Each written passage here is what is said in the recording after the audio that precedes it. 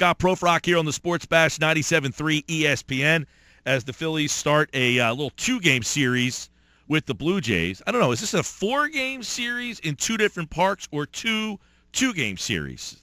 Think of it what you like, but it's good to catch up with Scott here. Scott, how are you, pal?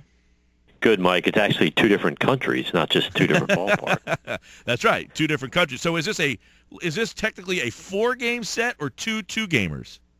I think it's probably technically 2 2-gamers, but there are traditional rivals, so then I think everybody has to sort of go through these 2-2 series throughout the course of the season with their so-called traditional rivals for the interleague play stuff. So do you like all this interleague play that technically everybody's playing almost every single night? Do you like the fact that you guys are still doing the interleague stuff?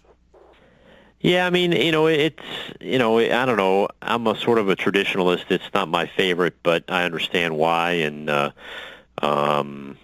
think there's some aspects of it that with the wild cards and the way that is comes into play, that I think you get sometimes where if you were playing a balanced schedule, it would probably, the records would truly be more indicative of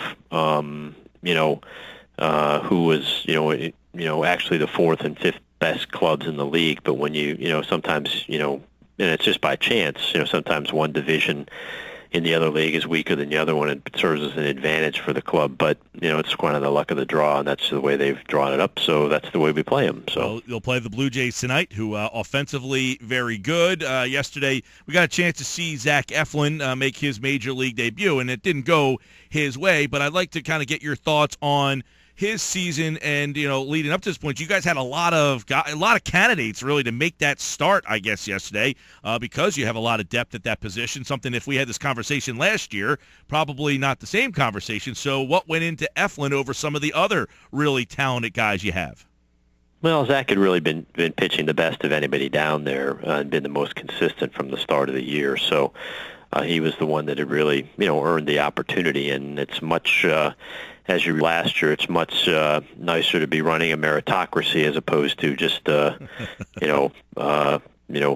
up whoever's still breathing. So we're definitely with the trades we made last year at the deadline and in the off season this year, we definitely have much more quality depth to draw from, and some of them are still a ways away in the development process, and there've been some bumps in the road injury-wise, so we have to, again, it's a numbers game, in a lot of respects with regards to pitching, Mike, and you just never have enough of it, as the saying goes. Always looking for more pitching all the time. Vincent Velasquez is one of your talented young pitchers. He played catch yesterday. There was a lot of concern when he went down with just 2 pitches because of his past injury history, Scott. But how is he doing? Do you have any update on Vincent? Yeah, everything is headed in the right direction with him. I'm not sure whether he's going to need a rehab assignment or not. But we're very fortunate that it wasn't something more serious than it was, and we were in a position where we were going to try to manage his innings over the course of the year anyway. So it's not the world's worst thing for him to sort of take a break and skip a start or 2, and then hopefully get back into the rotation. And, of course, no Franco again, 3rd night in a row. He won't play, and at that mild knee sprain, is there any thought that he might have to go to the DL, or do you expect him back for the weekend?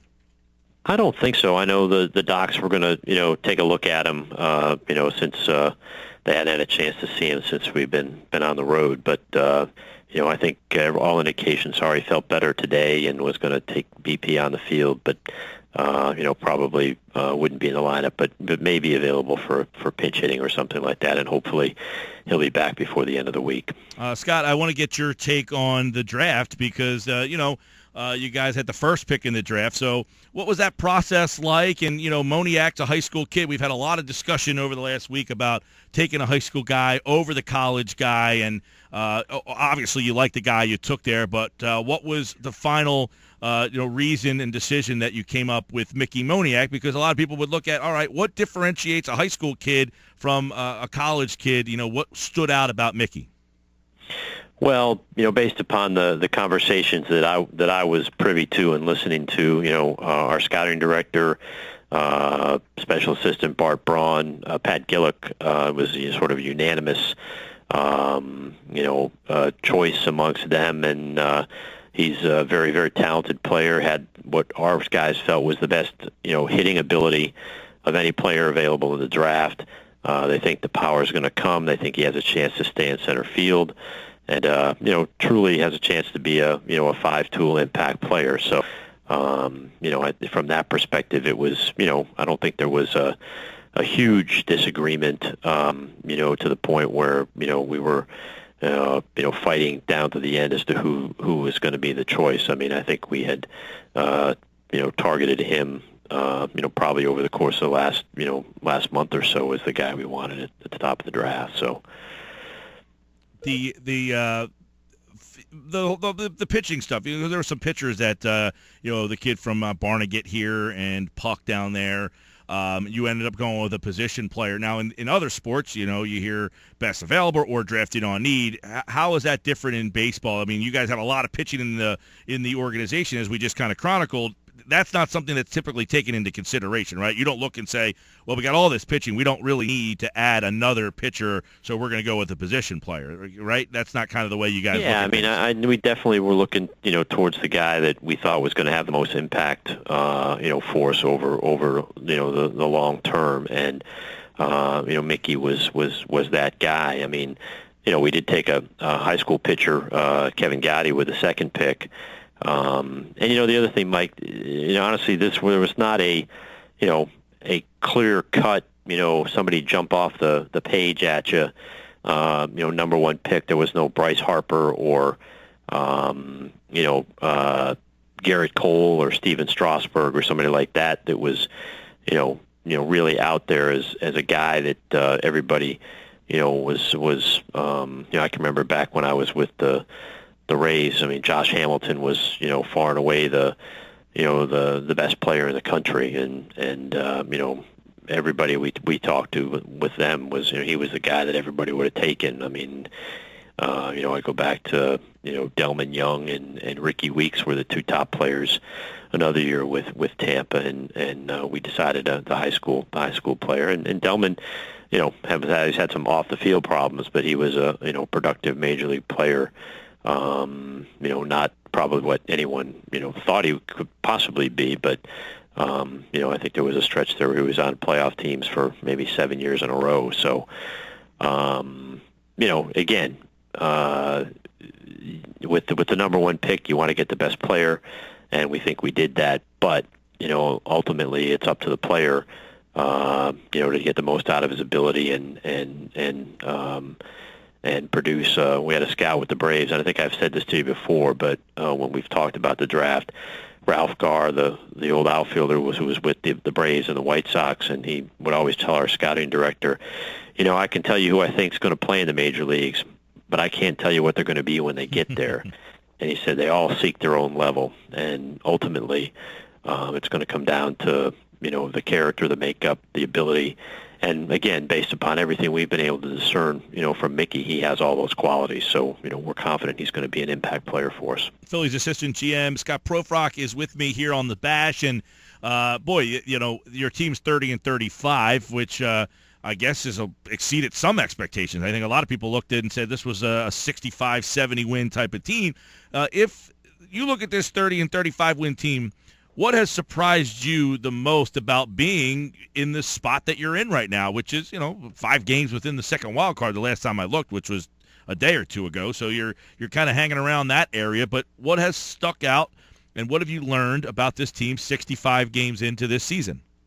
Well, I think the main thing has been the pitching. Our offense is at the bottom of baseball, unfortunately, but that was, to be expected, because that's kind of where we were last year, and the emphasis that we placed upon, in the off season was on improving our pitching and our pitching depth, and it's come to fruition, thankfully. Unfortunately, we lost Charlie Morton, who was pitching well for us, but Adam Morgan has come up and started to settle back in like he did the end of the year last year. And, we have some, Hellickson's pitched well for us, too.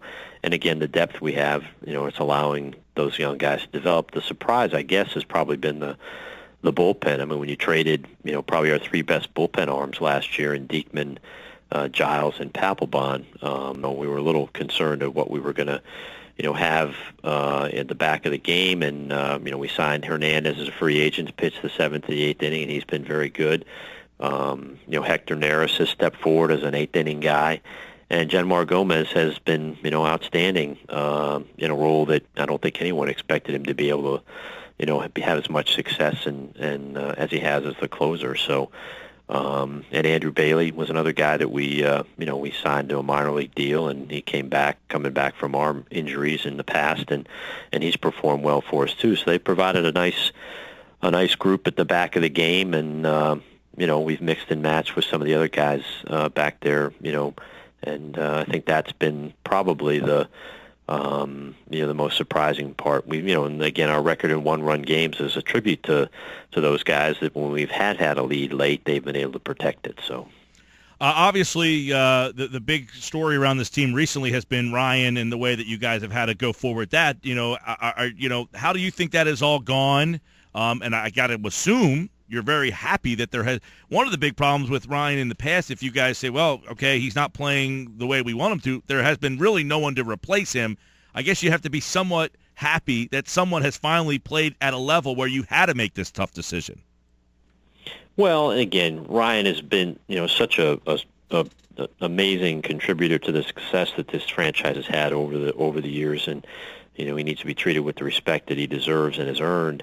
But in his particular instance, I think, even he would admit that, when he hit, for the month of May, just a little over 100, that, we had to look for and, try other alternatives. And Tommy has come up and, played very well, hit very well, and, been, to the point where, Ryan, is now in a different role, and Ryan has been a great teammate to Tommy, as Tommy has said. He's helped him all along the way, and Ryan's still engaged and contributing, in other ways, and we're very very appreciative of the way he's handled the situation. So, was Joseph a guy that you anticipated being here in this role as a major league first baseman that you, I don't know, maybe you're looking at as a longer term solution at that spot than you were in Clearwater? I'll tell you this, Mike. When I saw Tommy in spring training this year, he was in minor league camp. He wasn't in major league camp. I was just walking through the minor league clubhouse after minor league camp had started. I did not recognize him. He's lost a tremendous amount of weight, got himself in great shape, and went out and did what every player should do is work off and got an opportunity because of his performance at AAA, and has come up and taken advantage of that opportunity. I mean, we had thought that Darren Ruff might be a guy that would force our hand a little bit, in Ryan's situation. If he had taken advantage of the opportunity, it might have been him in that situation. And Tommy has gotten a chance to play a little more regular than Darren did, but Darren had options, and Tommy had been playing very well down there, and we thought we'd make a switch and hopefully get Darren a chance to get some at bats and go down to AAA and get hot and maybe come back. But Tommy has done enough to hold on to the position, at least in the near term, and Darren has also gone down and done what we've asked him to do as well. I think he's hitting close to 300 down there at AAA, got himself back in a groove. So, provides some interesting options and some interesting dilemmas, but they're good ones, not bad ones. All right. Obviously, when the team, as you mentioned, the offense, are there other guys that you have your eye on down there on the farm that you guys are intrigued by enough to think you have to make a decision down the road that we might see playing in that big ballpark up there? I don't know. I mean, I think there's still guys here that we still need to find out about. Cody just came off the DL. I don't think he's had 50 at bats yet. Maybe he's close to that, but he needs to, get himself going, and we need to find out about what he can and can't do for us at the major league level. I think Tyler Goodell is another guy that needs to get some at bats as well. So I think there's guys here that are probably